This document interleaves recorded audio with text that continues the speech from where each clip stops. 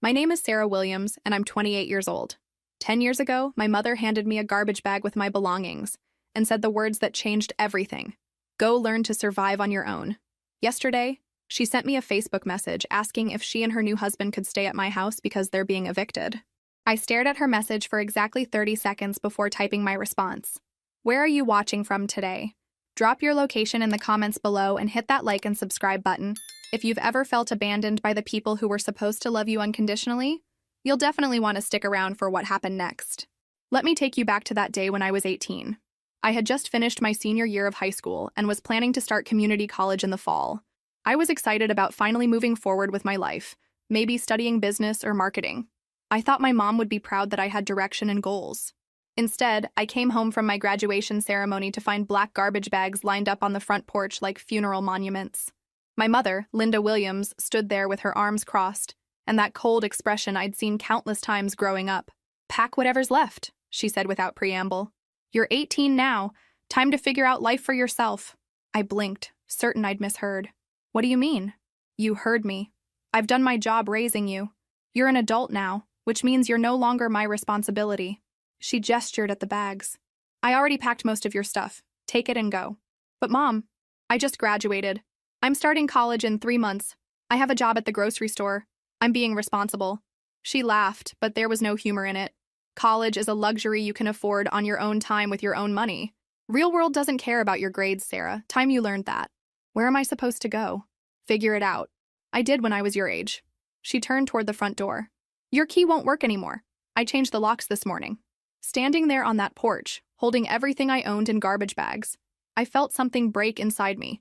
This wasn't about teaching independence or tough love. This was about a woman who'd resented having a daughter from the moment my father died when I was 7. My mother had spent 11 years reminding me that I was a burden, that raising me alone was a sacrifice she'd made, that everything wrong in her life could be traced back to having to support a child. Now that I was legally an adult, she was cutting me loose like damaged cargo. "Mom, please, I just need a few months to save money for an apartment deposit. I'll pay rent. I'll help around the house." "No." The word was final. "You need to learn that life doesn't give you safety nets. I'm not going to enable you to be dependent." The irony wasn't lost on me. She was talking about dependency while she'd spent the past 3 years dating different men, always looking for someone to pay her bills and make her life easier. But pointing that out would only make things worse. "What about my mail? My bank statements? Have them forwarded wherever you're going." "I don't have anywhere to go." "Then you better figure it out fast. I'm going out for dinner. And when I come back, I don't want to see you here." She walked into the house and closed the door behind her. I heard the new deadbolt slide into place. I stood there for maybe 10 minutes, processing what had just happened. Neighbors were starting to notice the scene. A teenage girl standing on a porch with garbage bags, clearly homeless. The embarrassment burned almost as much as the rejection. Finally, I picked up my bags and started walking. I didn't have a car. Mom had always said I could use hers when needed, but only when it suited her schedule. Now I understood why she'd never helped me get my own car. She'd been planning this. As I walked down the street where I'd grown up, dragging everything I owned in black plastic bags, I made myself a promise. Someday, I'd have everything she said I'd never achieve. Someday, she'd need something from me. I had no idea how prophetic that moment would be. My first stop was my best friend Jessica's house. We'd been close since elementary school, and I thought maybe her parents would let me crash on their couch while I figured things out. Jessica answered the door in her pajamas, looking shocked to see me standing there with garbage bags at 9 in the evening. "Sarah? Oh my God, what happened?" I explained the situation, trying to keep my voice steady. Jessica's face showed genuine sympathy, but when I asked if I could stay temporarily, her expression shifted to uncomfortable awkwardness. "Oh, honey, I wish I could help, but you know how my parents are about guests. They're really strict about keeping the house quiet because of my college prep classes." She bit her lip. "Plus, they're kind of weird about having people stay over who aren't family." Right. Jessica was heading to a prestigious private college in the fall, courtesy of her college fund. Her biggest worry was which designer outfits to pack for freshman year. "Is there maybe a hotel or something you could stay at? Just for tonight?" I had $237 in my checking account. Hotel rates in our area started at $80 a night. I did the math quickly. I could afford maybe 3 nights, and then I'd be completely broke. "Yeah, I'll figure something out," I told her, managing a smile. "Thanks anyway." My next idea was the 24-hour diner downtown. Morrison's Diner had been around forever, and I'd heard they sometimes hired high school kids for late shifts. Maybe they'd have work, and maybe they'd let me sit there for a while to think. The owner, Rose Morrison, was a 60-something woman with gray hair and kind eyes behind thick glasses. She looked me up and down when I walked in with my bags. "Honey, you look like someone who's had a rough day." "Yes, ma'am. I was wondering if you might be hiring. I just graduated high school, and I really need work." "Night shift is hard work. 11 p.m. to 7 a.m. You think you can handle that?" "I can handle anything." Rose studied me for a long moment. "You got somewhere to live? Because you look like someone who's been carrying her whole life in those bags." I hesitated, then decided honesty was my best option. "I'm working on the living situation, but I really need this job. Tell you what, there's a small room upstairs. Used to be storage, but it's got a window and it's clean. Previous tenant was my nephew, but he moved to California last month. It's not much, but it's got a bed and a dresser. I'll rent it to you for $200 a month, and I'll take it out of your first few paychecks if you need time to get on your feet." I nearly cried right there in that diner. "Really? Really, but I don't tolerate drama, drugs, or tardiness. Show up, do your job, pay your rent, and we'll get along fine. You start tonight." That night, I began my new life. One room above a highway diner, working the graveyard shift, serving coffee to truckers and late-night travelers. It wasn't glamorous, but it was mine. For the first time in my life, I had independence without someone holding it over my head. Working nights at Morrison's was like living in a different world. Between 11 p.m. and 7 a.m., the regular rules seemed suspended. I served coffee to insomniacs, truck drivers making cross-country hauls, hospital workers grabbing breakfast after 12-hour shifts, and the occasional drunk trying to sober up. The work was harder than I'd expected. My feet ached constantly from standing for 8 hours straight. I learned to balance multiple plates up one arm while pouring coffee with the other hand. I memorized the difference between over-easy and over-medium, discovered that some people have very strong opinions about their hash browns, and figured out that remembering regular customers' orders was the key to good tips. Rose turned out to be a tough but fair boss. She taught me everything: how to handle difficult customers, how to keep track of multiple tables, how to clean the grill properly. More importantly, she taught me about resilience. "Everyone who works nights has a story," she told me during one of our brief conversations. "Some are running from something, some are working toward something. The trick is knowing which one you are." I was definitely working toward something, though I wasn't entirely sure what yet. During my days off, I went to the community college to ask about enrollment. My academic advisor was sympathetic but realistic. "Sarah, given your work schedule, you'd probably want to consider online courses or evening classes. It'll take longer to get your degree, but it's doable if you're motivated." "How much longer?" "If you can handle 2 classes per semester while working full-time. Maybe 4 years for an associate's degree." 4 years felt like forever at 18, but it was better than no degree at all. I enrolled in 2 evening classes, business math and introduction to accounting. The tuition ate up most of my savings, but I told myself it was an investment in my future. Balancing work and school was brutal. I'd get off work at 7 a.m., try to sleep until 2 p.m., attend classes from 3 to 6, grab dinner, and try to study before heading back to the diner at 11. I lived on energy drinks, determination, and the occasional word of encouragement from Rose. The hardest part wasn't the exhaustion. It was the loneliness and the constant reminder of how different my life was from other people my age. I'd see social media posts from former classmates, Jessica at her fancy college, others having normal freshman experiences with dorm rooms and meal plans. Meanwhile, I was serving hash browns to strangers at 3 in the morning and studying accounting principles between refilling coffee cups. But something interesting started happening around month 6. Regular customers began to know me by name. Frank, a trucker who drove the route twice a week, would ask about my classes. Diane, a nurse from the nearby hospital, would quiz me on business terminology while I served her post-shift breakfast. "You're planning to transfer to a 4-year school eventually?" Diane asked one morning. "That's the goal. Maybe study business management." "Smart girl. You're going to do well." It was the first time in months that someone had expressed confidence in my future. At home, I'd been told I was unrealistic and naive. At the diner, I was becoming someone with potential. 1 year into my new life, I'd found a routine that worked. School, work, sleep, repeat. It wasn't exciting, but I was building something. My grades were excellent. Turns out that when you're paying for your own education, you take it seriously. I'd saved enough money to buy a used Honda Civic that got me to class and back reliably. More importantly, I was gaining confidence. When difficult customers tried to intimidate me, I learned to handle them with professional firmness. When exhaustion threatened to overwhelm me, I reminded myself that this was temporary, a stepping stone to something better. The transformation wasn't just external. I could feel myself getting stronger mentally. Every month that I survived on my own, every good grade I earned, every dollar I saved was proof that my mother had been wrong about my potential. Around this time, I met Jake Thompson. He was a regular customer who worked construction and always ordered the same thing: black coffee, scrambled eggs, and wheat toast. He was quiet, polite, and always left good tips. One morning, he noticed my textbooks on the counter. "Studying business?" he asked. "Yeah, working on my associate's degree, hoping to transfer eventually." "That's impressive. Working nights and going to school can't be easy." Jake was 25, had been working construction since high school, and was one of the most genuine people I'd ever met. He didn't try to impress me with stories or possessions he didn't have. He just treated me with respect and showed genuine interest in my goals. When he finally asked me out, it was refreshingly straightforward. "Would you like to have dinner sometime? Somewhere that doesn't serve food on paper plates?" Our first date was at a small Italian restaurant downtown. Nothing fancy, but clean and warm.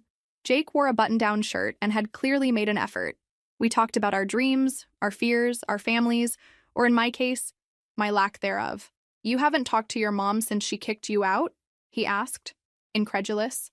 "She made it clear I wasn't welcome unless I proved I could be successful. So far, working at a diner and going to community college doesn't meet her standards." Jake shook his head. "That's her loss. You're building something real. Most people our age are just partying their way through college on their parents' money." It was the first time someone had made me feel proud of my path instead of ashamed of it.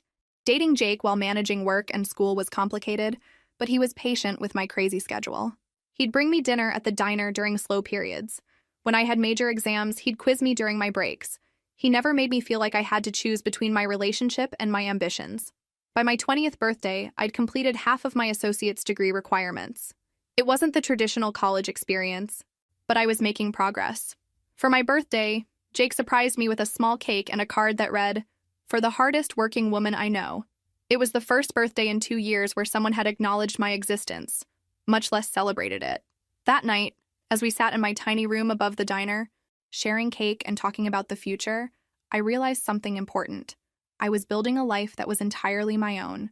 No one could take it away from me, and no one could hold it over my head. The next semester, I increased my course load to 3 classes. It was ambitious given my work schedule, but I was eager to finish my degree and move forward. Jake encouraged me to push myself. "You've already proven you can handle anything," he said. "Don't hold back now when you're getting to the good part." Around this time, Rose made an announcement that initially panicked me. She was thinking about selling the diner and retiring to Florida. Where would I live? Where would I work? But Rose had already thought of that. "The buyer wants to keep most of the staff," she told me. "Miguel's a good guy with big plans. He knows you're reliable, Sarah. Plus, I told him about your college classes. He's impressed." Miguel Santos turned out to be a young entrepreneur who'd bought the diner as his first business venture. He had plans to modernize while keeping its classic charm. More importantly for me, he offered me a promotion to assistant manager with a significant pay raise. "Rose says you know this place better than anyone," he explained. "I need someone I can trust to help train new staff and handle some of the administrative work. You interested?" The promotion meant better pay, more responsibility, and valuable management experience. It also meant I could work fewer night hours and take even more classes. Absolutely. For the first time since my mother had thrown me out, I felt like I was getting ahead instead of just surviving. I was 21 years old, assistant manager of a small business, more than halfway through my associate's degree, and in a relationship with someone who supported my goals. Not bad for someone who was supposed to have learned that the real world doesn't care about effort or education. Have you ever had to prove someone wrong about your potential? Share your story in the comments below. The promotion to assistant manager changed everything for me. With my new salary and schedule, I was able to move into a real apartment, still modest, but it had a separate bedroom, a full kitchen, and most importantly, it was mine. No more living above a diner, no more shared spaces. I also enrolled in 4 classes per semester, putting me on track to finish my associate's degree by my 22nd birthday. The workload was intense, but I'd learned to thrive under pressure. Miguel turned out to be an excellent boss and mentor. He taught me about business operations, inventory management, and employee scheduling. More importantly, he treated me as a valuable member of his team rather than just hired help. You have good instincts for this, he told me after I'd suggested a more efficient system for tracking food costs. Have you thought about studying business management formally? I had. Actually. With my associate's degree nearly complete, I'd been researching four-year programs at the state university. The business school had a program designed for working adults with evening and weekend classes. Jake and I had been together for over a year now, and our relationship had only gotten stronger. He'd been promoted to crew chief on his construction team and was making good money. We'd started talking about moving in together to split expenses. I've been thinking, he said one evening as we walked through a nice neighborhood near the university. What if we rented a place closer to campus? Make it easier for you to attend classes when you transfer. That's really sweet, but those rents are probably out of our budget. Maybe not. My company just landed a huge commercial project. I'm going to be making overtime for the next 8 months. Between that and your salary, we could probably swing it. The idea of living like a normal couple in a normal apartment felt almost too good to be true, but Jake was right about the finances. Together, we could afford something much nicer than either of us could manage alone. We found a 2-bedroom apartment in a complex that was popular with university students and young professionals. It had a pool, a fitness center, and most importantly, it was only 10 minutes from campus. For the first time since leaving home, I felt like I was living like other people my age. My 22nd birthday was a milestone in more ways than one. Not only was I graduating with my associate's degree, but I'd also been accepted to the state university's business program. The graduation ceremony was small, held in the community college auditorium, but Jake was there cheering when they called my name. That evening, Miguel surprised me with a cake at the diner. Several of my regular customers were there too, people who'd watched me study during slow periods, who'd encouraged my efforts, who'd become like family over the past 3 years. Speech, someone called out.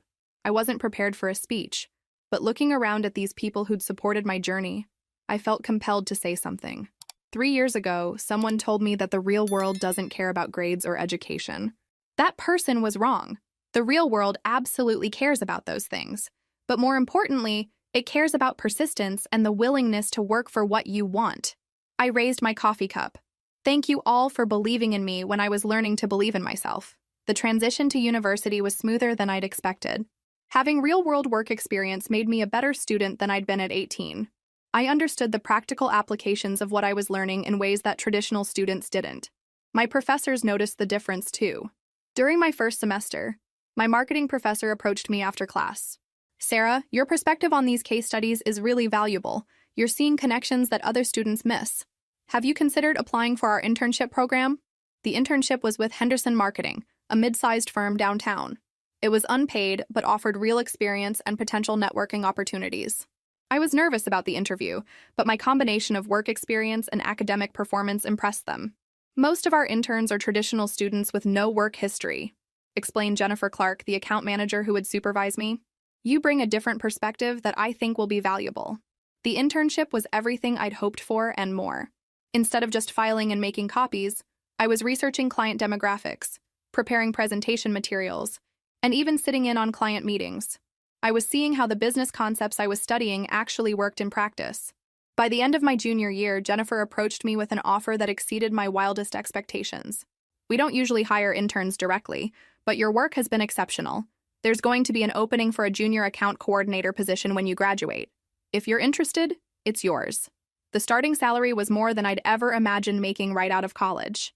It came with benefits, vacation time, and a clear path for advancement. That night, Jake and I celebrated with dinner at the nicest restaurant we'd ever been to. As we toasted my job offer, I thought about how far I'd come from that 18-year-old girl with garbage bags. I'm proud of you, Jake said, raising his glass. But I'm not surprised. I always knew you'd make it.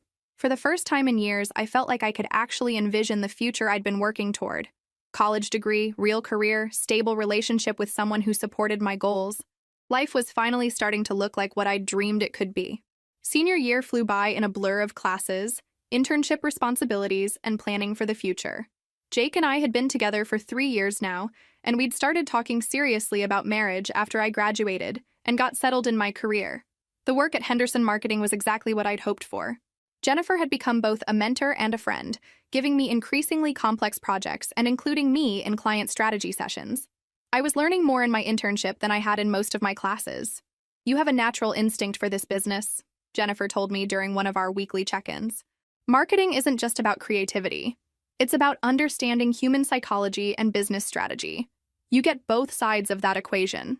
My final semester, I was taking a full course load while working 20 hours a week at the marketing firm and still helping Miguel at the diner on weekends. It was exhausting, but I could see the finish line approaching. Graduation day was beautiful. Jake, Miguel, Rose, who'd driven up from Florida, and Jennifer were all there to celebrate.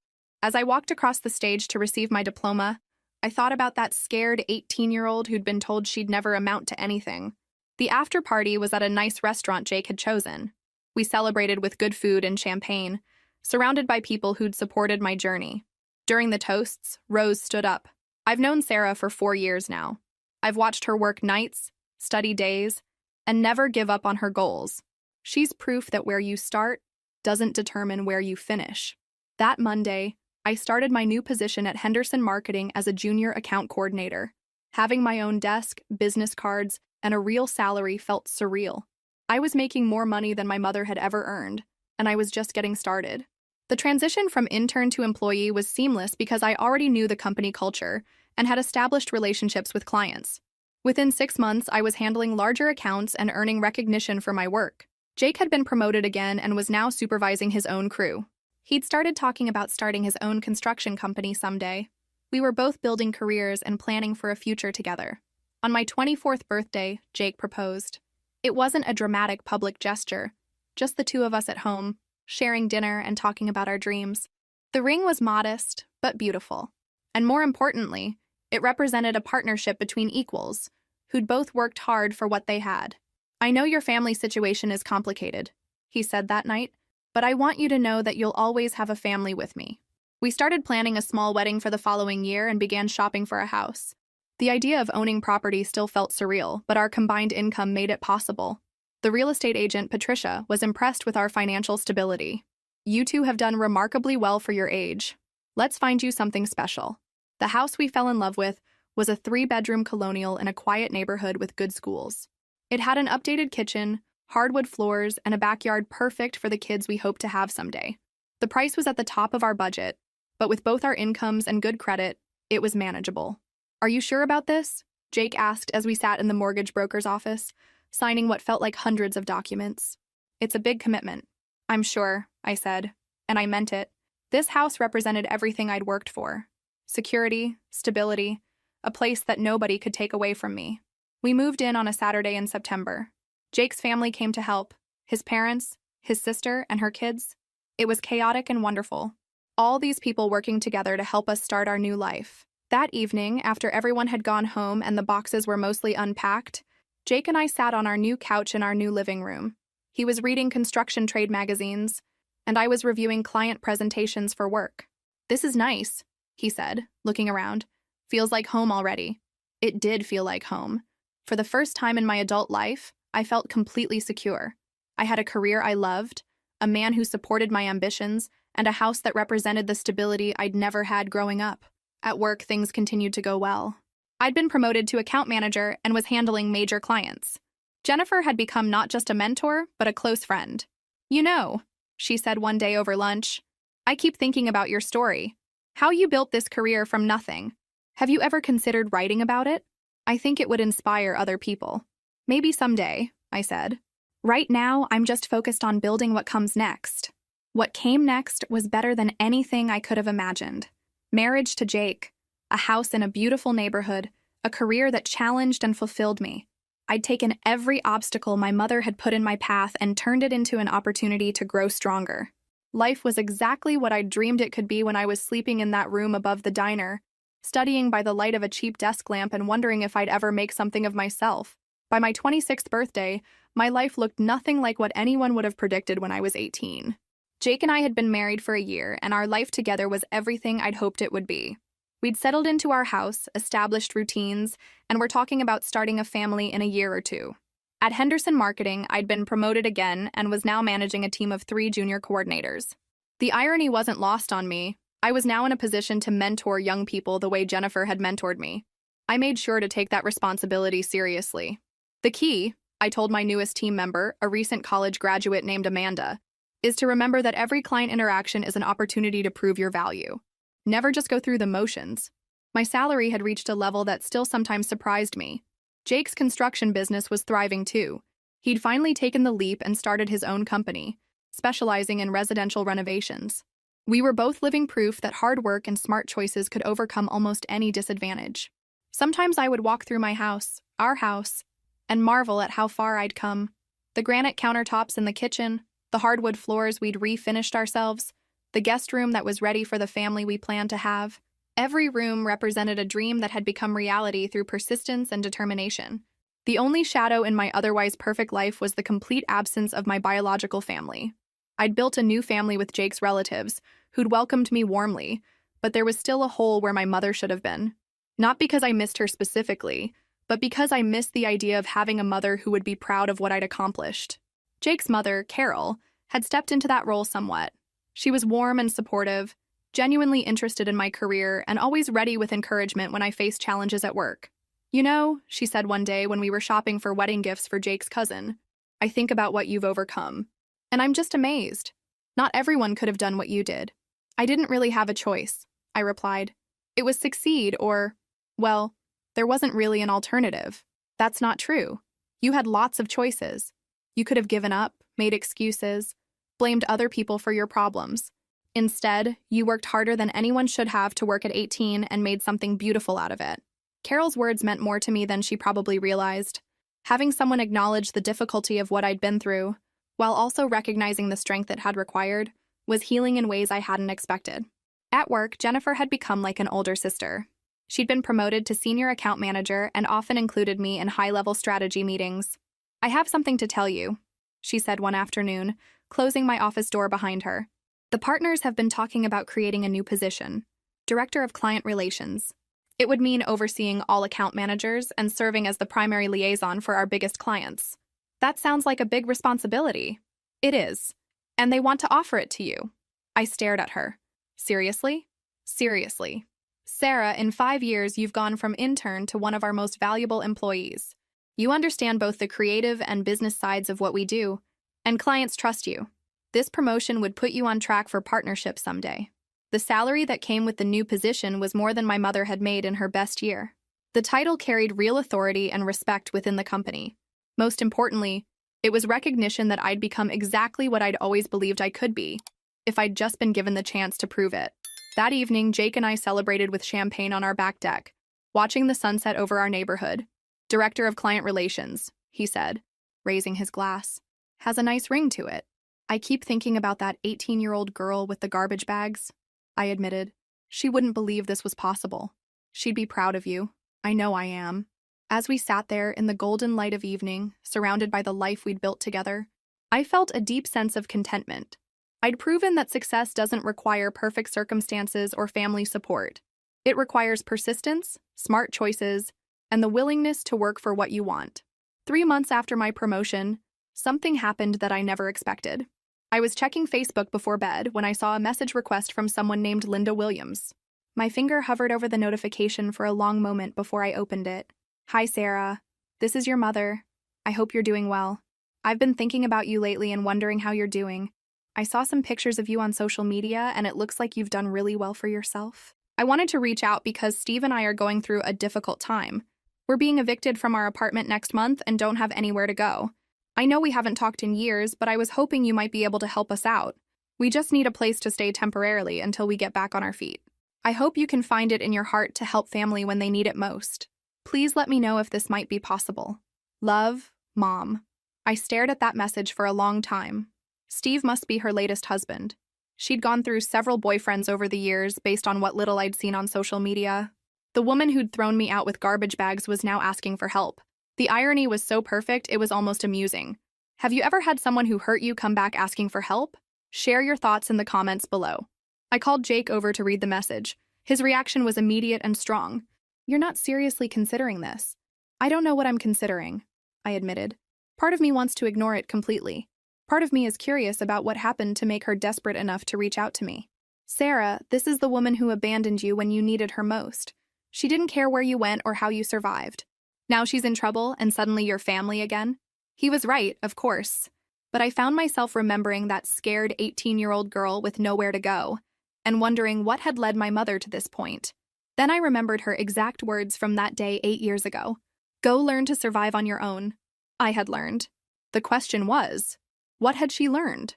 I spent the next 3 days thinking about my mother's message.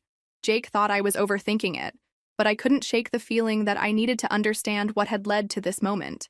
Not because I felt obligated to help her, but because I was curious about the desperation that would drive someone to contact the daughter they'd discarded. During my lunch break on Thursday, I did what any modern person does when they want information. I started researching. Linda Williams wasn't hard to find on social media. Her Facebook profile was mostly public, probably because she didn't understand privacy settings. What I found was illuminating and sad in equal measure. For the past 2 years, she'd been married to Steve Collins, a man who appeared to be in his early 50s with a carefully maintained goatee and a tendency to post motivational quotes about success and financial freedom. His timeline was full of pictures of expensive dinners, weekend trips, and what looked like a comfortable lifestyle. But something had changed dramatically in recent months. The expensive restaurant photos had stopped. Instead, there were vague posts about temporary setbacks and people showing their true colors.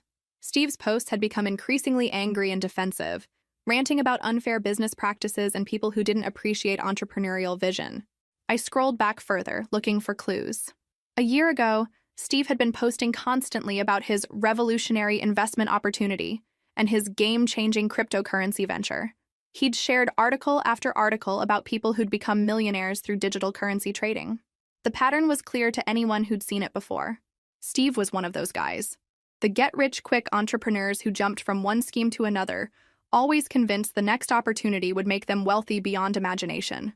A little more digging revealed that Steve had a history of failed business ventures. There were hints of bankruptcy, mentions of legal troubles, and an overall pattern of big promises followed by bigger disappointments. Find anything interesting? Jake asked when I got home, noticing my laptop open to multiple browser tabs. My mother married a con artist, I said, turning the screen so he could see Steve's timeline. Look at this pattern. Big promises, expensive lifestyle while things are good, then everything falls apart and it's everyone else's fault. Jake scrolled through several posts, shaking his head. So now they're broke and evicted, and suddenly she remembers she has a successful daughter. The timing is too convenient. She didn't reach out when I graduated college. She didn't reach out when I got married or bought this house. But the moment she needs something, what are you thinking? I was thinking about how my mother had always been attracted to men who promised easy solutions to life's problems, how she'd always believed that success should come without struggle, which is why my decision to work my way through college had seemed so foolish to her. I'm thinking she found exactly the kind of person she was looking for, someone who promised wealth without work. And now that it's all fallen apart, she's looking for someone else to solve her problems. That evening, I made a decision that surprised even me. I crafted a response to my mother's message, not agreeing to help, but not shutting the door completely either. Hi, Mom. Thank you for reaching out. I'm sorry to hear you're going through a difficult time. I'd be interested in understanding more about your situation before making any decisions about how I might be able to help. Would you be willing to have a phone conversation sometime this week? Sarah. Her response came within an hour. Oh, Sarah, I'm so relieved to hear from you. Yes, I would love to talk. I'm available anytime that works for you. I have so much to tell you about everything that's happened. I know you'll understand once you hear the whole story. Thank you for being open to helping your family. Love, Mom. Reading her message, I could practically hear the relief and calculation in her voice. She was already assuming I'd agreed to help, already planning how to present her situation in the most sympathetic light possible. You're really going to talk to her? Jake asked when I showed him the exchange. I want to hear what she has to say. I want to understand how someone who was so confident about throwing away their daughter ends up desperate enough to ask that same daughter for help. Just promise me you'll remember who you're dealing with. This isn't someone who's changed or learned from their mistakes. This is someone who's run out of other options. Jake was probably right, but I was curious enough to find out for myself. We scheduled the call for Saturday morning. As the time approached, I found myself nervous in a way I hadn't expected. I hadn't heard my mother's voice in 8 years. I wasn't sure how I'd react to talking to her again. When my phone rang at exactly 10 a.m., I let it ring twice before answering. Hello, Mom. Sarah, oh honey, it's so good to hear your voice. You sound so grown up, so professional. Her voice sounded older, tired in a way I didn't remember. But the underlying tone was the same. That slightly manipulative sweetness she used when she wanted something. Thank you for agreeing to talk with me, she continued. I know things ended badly between us, But I've always regretted how we left things. That was interesting phrasing. How we left things, as if I'd had equal responsibility for the situation. Tell me about what's happening now, I said, keeping my voice neutral. For the next 20 minutes, she told me a story of victimization and bad luck. According to her version, Steve had been a successful entrepreneur who'd been targeted by jealous competitors and government regulators who didn't understand innovative business models. They'd lost everything through no fault of their own, and now they were facing eviction because the system was rigged against honest people trying to make an honest living. We just need a place to stay temporarily, while Steve gets his next venture off the ground, she explained. He has some amazing opportunities lined up. Really revolutionary stuff. We just need a few months to get back on our feet. Not once did she acknowledge any responsibility for their situation. Not once did she express genuine remorse for how she'd treated me.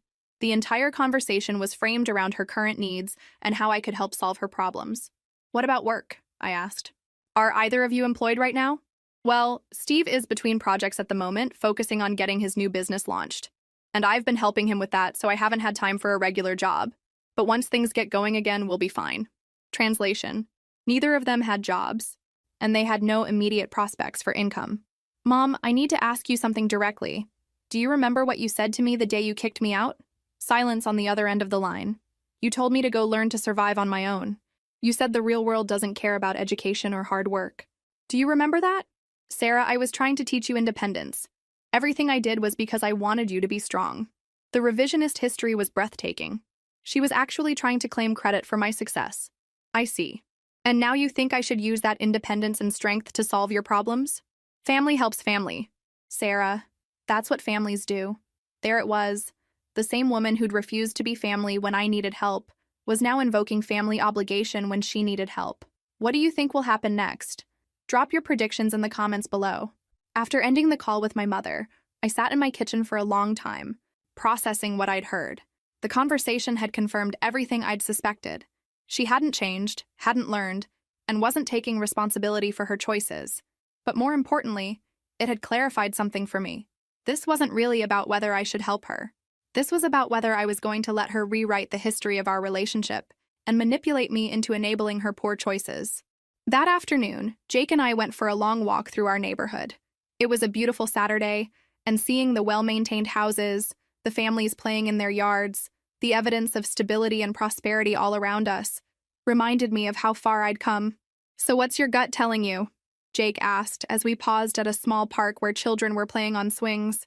My gut is telling me that she's exactly the same person she was 8 years ago. She's just in a different situation now. And I think I know what I want to do, but I want to be absolutely certain before I do it. Over the next few days, I did more research into Steve Collins and his business ventures. What I found was even worse than I'd initially suspected. Steve wasn't just a failed entrepreneur. He was someone who'd made a pattern of taking other people's money and losing it through poor decisions and questionable practices. His most recent venture had involved convincing people to invest in his cryptocurrency trading operation. According to several online complaints I found, investors had lost significant amounts of money when Steve's proven strategies turned out to be nothing more than gambling with other people's savings.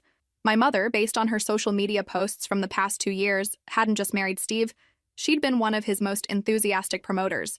She'd shared his posts about the trading operation, convinced friends to invest, and publicly praised his financial genius. Now I understood the full scope of their situation. It wasn't just that Steve's latest scheme had failed. It was that they'd probably burned bridges with everyone in their social circle. My mother was reaching out to me not because she suddenly valued our relationship, but because she'd run out of other people to exploit. The realization was both liberating and sad. Liberating because it meant I didn't need to feel guilty about whatever decision I made. Sad because it confirmed that my mother really hadn't learned anything from the consequences of her choices. Wednesday evening, I made my decision. I sat down at my laptop and crafted a response that I'd been thinking about for days. Hi, Mom. Thank you for the phone conversation. I've had time to think about everything you told me, and I've done some research into your situation. I understand that you and Steve are facing financial difficulties due to the failure of his business ventures. However, I won't be able to provide housing or financial assistance. When I was 18, you told me that I needed to learn to survive on my own because the real world doesn't give people safety nets. You were right about that. I did learn to survive on my own, and in the process, I learned that real success comes from hard work, education, and making responsible choices. not from looking for shortcuts or depending on other people to solve your problems. Since you were so confident that I needed to figure out life on my own, I'm sure you'll understand that you need to do the same thing. I wish you the best with your situation. Sarah. I read the message 3 times before sending it. It was firm but not cruel, honest but not vindictive. Most importantly, it turned her own philosophy back on her without being explicitly harsh about it. Jake read it over my shoulder before I hit send. "That's perfect," he said. "It says everything without saying too much. Think she'll respond?" "Oh, she'll respond. The question is whether it'll be anger or more manipulation." We didn't have to wait long. My phone buzzed with a notification 30 minutes later. Her response was longer and more desperate than I'd expected. "Sarah, I can't believe you would be so cold to your own mother. I know we had our differences when you were younger, but everything I did was because I loved you and wanted you to be strong. I never imagined you would hold such a grudge over something that happened so long ago. You're the only family I have left who's in a position to help. Steve has several opportunities lined up, really promising ones. And we just need a temporary place to stay while they develop. I'm not asking for charity. We can pay you back as soon as we get on our feet. I raised you better than this. Family is supposed to help family, and I hope you'll reconsider this harsh response. We could really use your help, and I know deep down you're a good person who wouldn't let her family become homeless." The message hit every manipulation button she could find. Guilt, family obligation, promises to pay me back, claiming credit for my character, and even threats about homelessness. She was pulling out all the stops.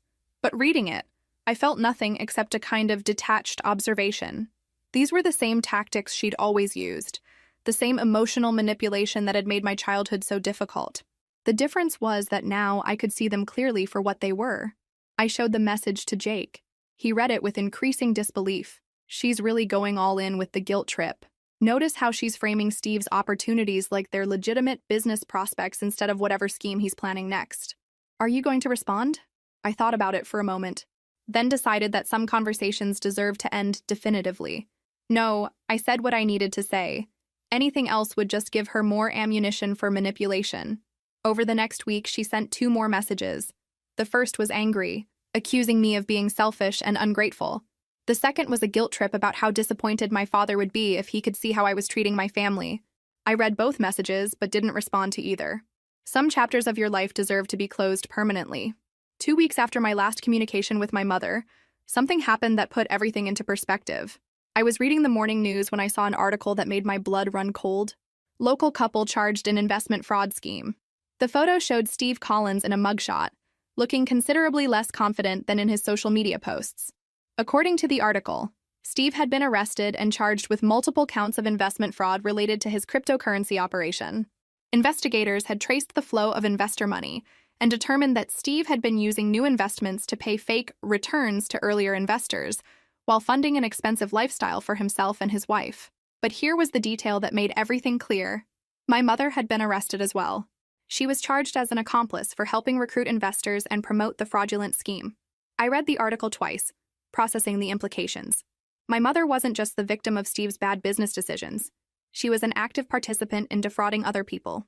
The friends she'd convinced to invest had lost their life savings because they trusted her endorsement. I called the law firm that handled Henderson Marketing's legal affairs and asked to speak with one of their criminal defense attorneys. After explaining the situation, his advice was crystal clear. "Ms. Williams, under no circumstances should you have any contact with people who are under criminal investigation for financial crimes. Even if charges are dropped later, any communication could be interpreted as coordination or obstruction of justice. You made the right decision by not responding to their requests for help." That evening, I showed the article to Jake. He read it with a mixture of shock and vindication. So they weren't just broke and desperate. They were fleeing criminal prosecution. And they wanted to use my house as a hideout. Sarah, what if you'd said yes? What if the police had come looking for them at your address? I hadn't considered that possibility. But Jake was right.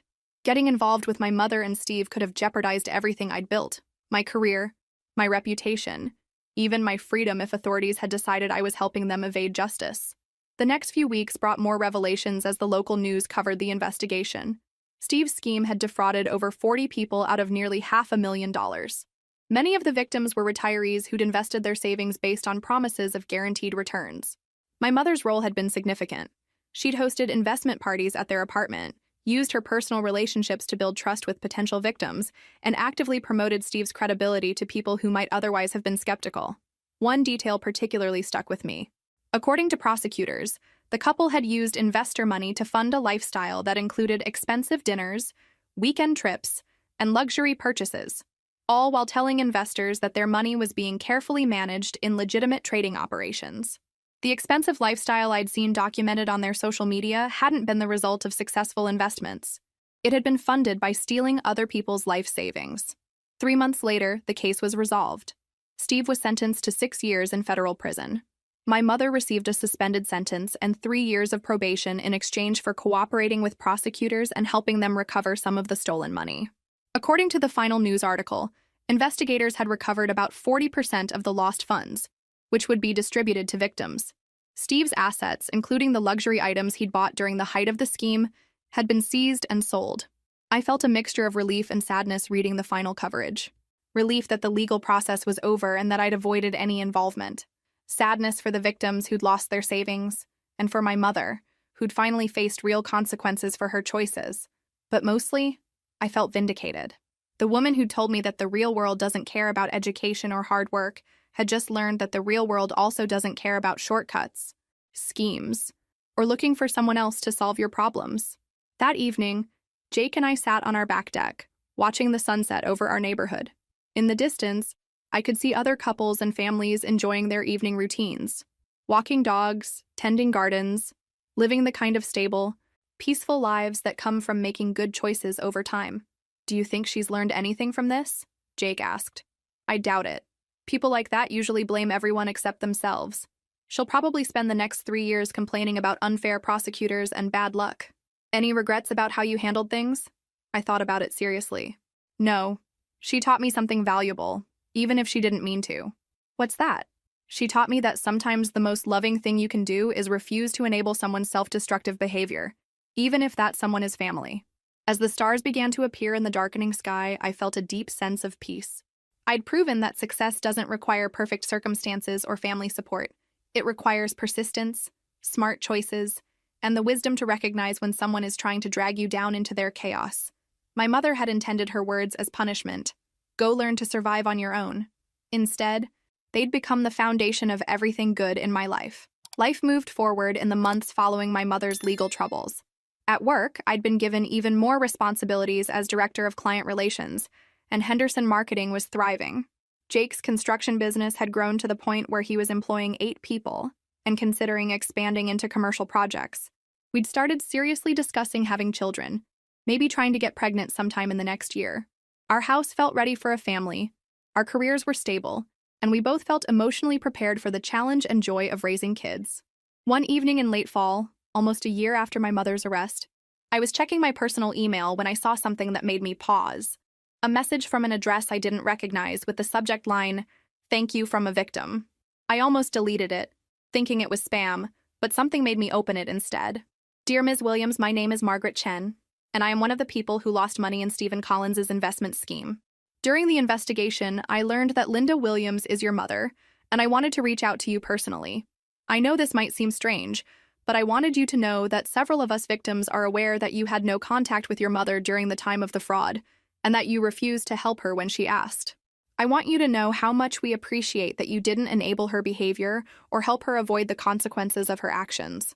Many of us are elderly, and we lost savings that we'll never be able to replace. Your mother convinced us to trust Stephen by vouching for his character and sharing stories about their successful lifestyle. If you had helped them continue that facade, more people might have been hurt.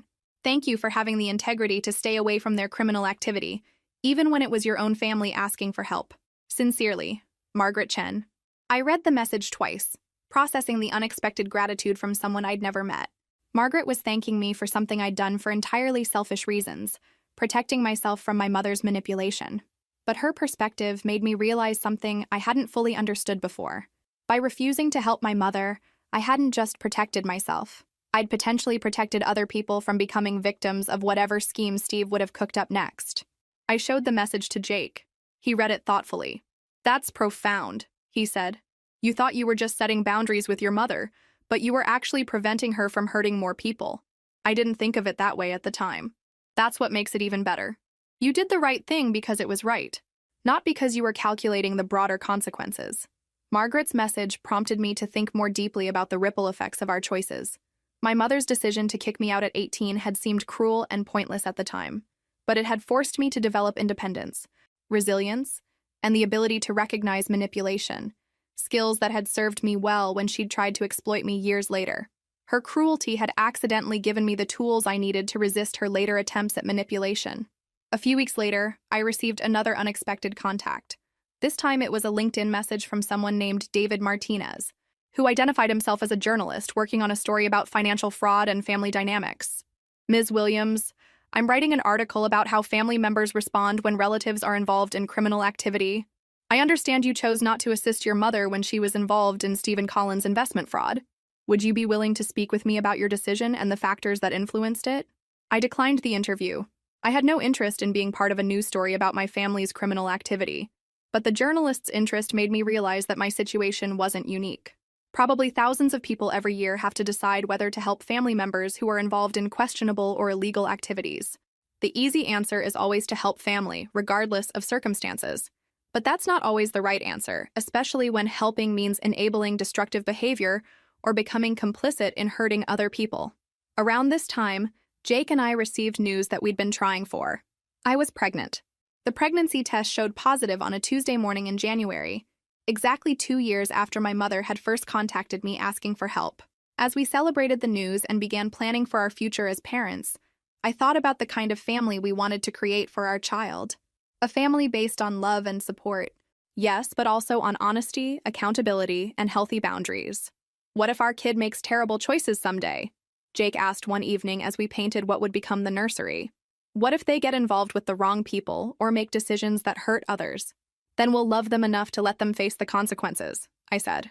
Real love sometimes means refusing to enable someone's destructive behavior, even if they're your own child, especially if they're your own child. I thought about my mother's approach to parenting, the conditional love, the manipulation, the willingness to discard me when I didn't meet her expectations. Then I thought about the kind of parent I wanted to be. I wanted to be someone who provided genuine support while also teaching responsibility. Someone who loved unconditionally while still maintaining healthy boundaries. Someone who prepared their child for independence while also being a safe place to land when life got difficult. The difference between my approach and my mother's would be that my love wouldn't depend on my child's success or failure. But my willingness to enable poor choices would have limits, regardless of how much I loved them. That spring, as my pregnancy progressed and we prepared for our first child, I felt more grateful than ever for the path my life had taken. The difficult years after being kicked out had taught me lessons I never could have learned in a comfortable, supported environment. I'd learned to work for what I wanted, to persist through obstacles, to recognize manipulation, and to trust my own judgment even when family pressured me to make different choices.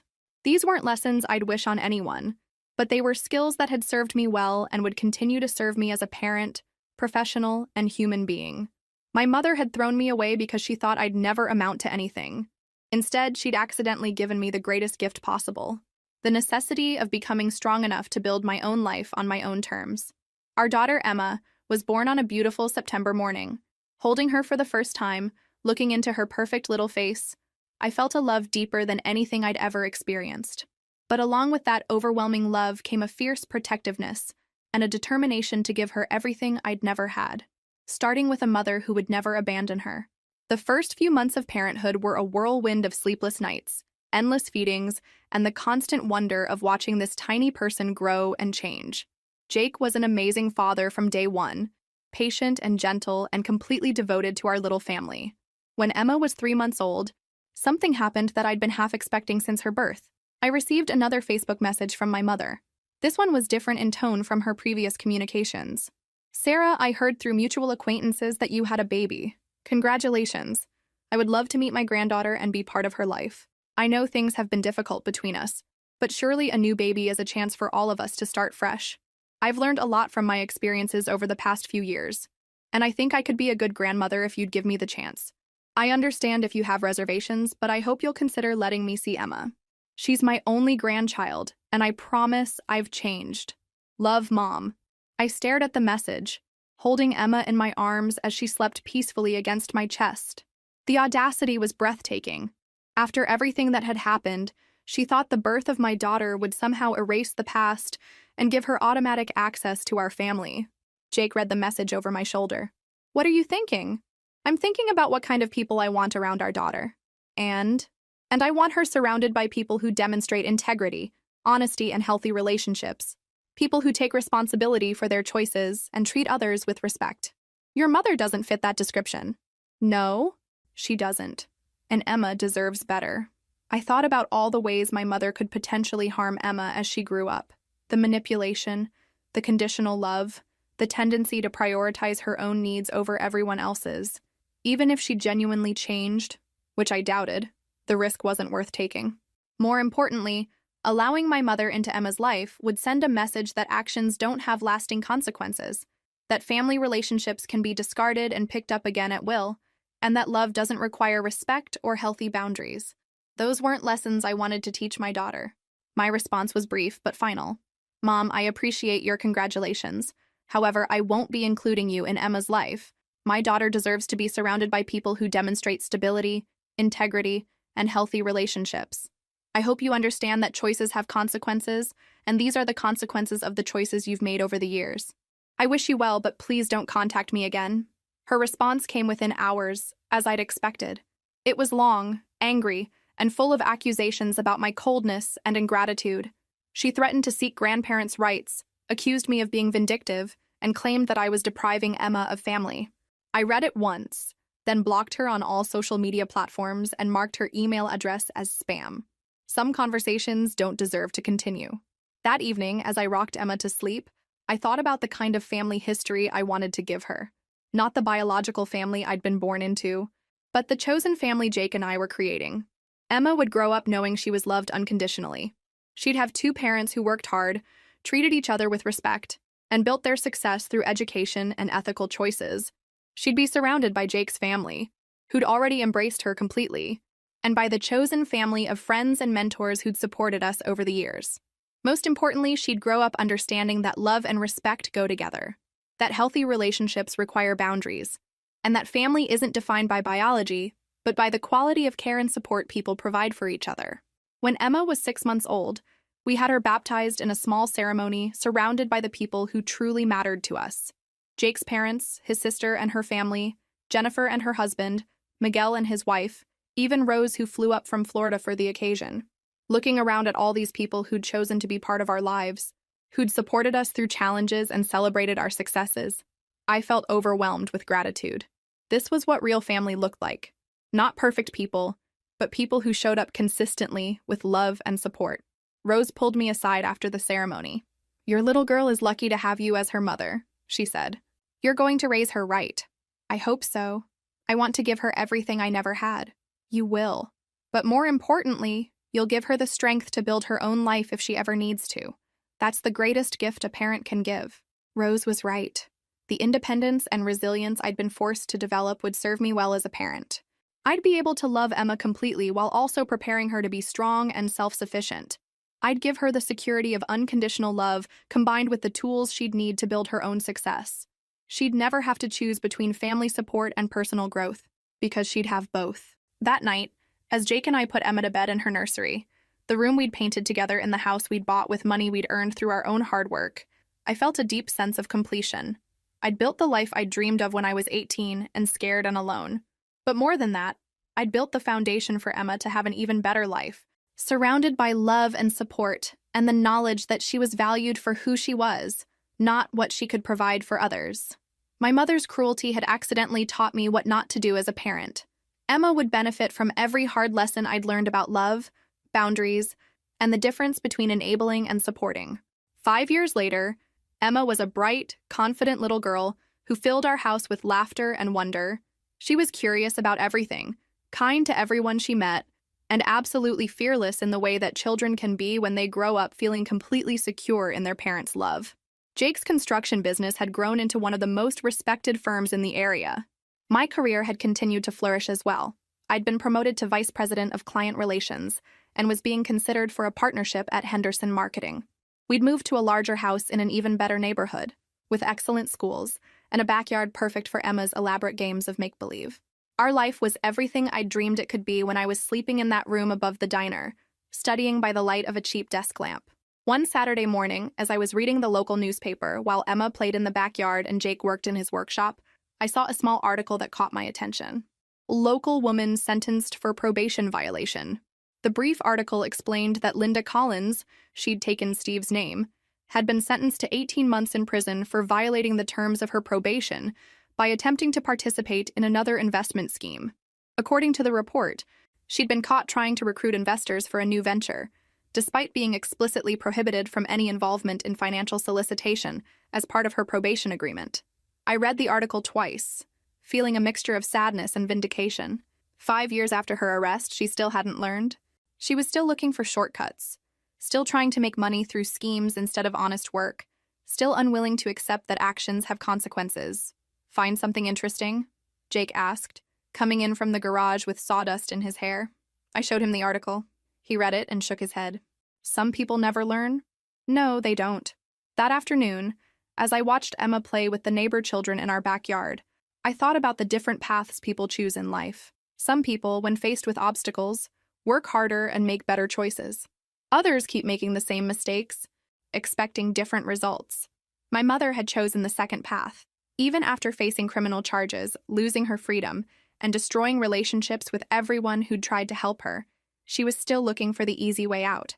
I'd chosen differently. When faced with rejection and abandonment, I'd decided to build something better. When confronted with my mother's manipulation, I'd chosen to protect what I'd built rather than risk it for someone who'd never valued me. Those choices had led to this moment. A beautiful Saturday afternoon in my own backyard, watching my daughter play while my husband worked on a project he loved, surrounded by the security and happiness we'd created together. That evening, after Emma was asleep, Jake and I sat on our back deck with glasses of wine, enjoying the peaceful end to a perfect day. "Do you ever wonder what would have happened if you'd made different choices?" Jake asked. "If you'd helped your mother when she first asked?" "Sometimes. But I think I know what would have happened. She would have used our house as a base for whatever scheme Steve was planning next. We probably would have been investigated by the police. At minimum, our reputation would have been damaged. At worst, we could have been charged as accessories. And Emma? Emma would have grown up seeing her grandmother get away with hurting people. She would have learned that family loyalty means enabling bad behavior. She would have been exposed to manipulation and chaos instead of stability and integrity. No regrets? I thought about it seriously. None. My mother taught me the most valuable lesson of my life, even though she didn't mean to, which was that the people who truly love you want you to succeed and become your best self. They don't try to tear you down or hold you back. They don't make their love conditional on your willingness to solve their problems or enable their mistakes. I looked through the window at Emma's bedroom, where a nightlight cast a gentle glow. Emma will grow up knowing that she's loved unconditionally, but also that love doesn't mean never having to face consequences for poor choices. She'll understand that real family supports each other's growth, not each other's destructive behavior. Think you'll ever hear from your mother again? Maybe when she gets out of prison. But if I do, I'll be ready. I'd learned to survive on my own, just like she'd told me to. But more than that, I'd learned to thrive. I'd built a life based on hard work, education, ethical choices, and healthy relationships. Most importantly, I'd learned that sometimes the greatest act of love is refusing to enable someone's self-destructive behavior, even when that someone is family. My mother had thrown me away with the words, "Go learn to survive on your own." I had learned.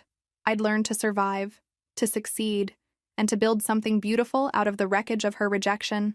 10 years later, when she desperately needed help, she'd reached out to the daughter she'd discarded. And I'd responded with the wisdom she'd accidentally taught me. I'd looked at her message for exactly 30 seconds, remembering everything she'd put me through, everything I'd overcome, and everything I'd built without her help.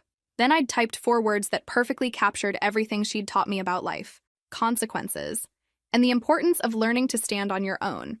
Go learn to survive on your own. If this story resonated with you, make sure to like and subscribe for more stories about overcoming family dysfunction and building the life you deserve.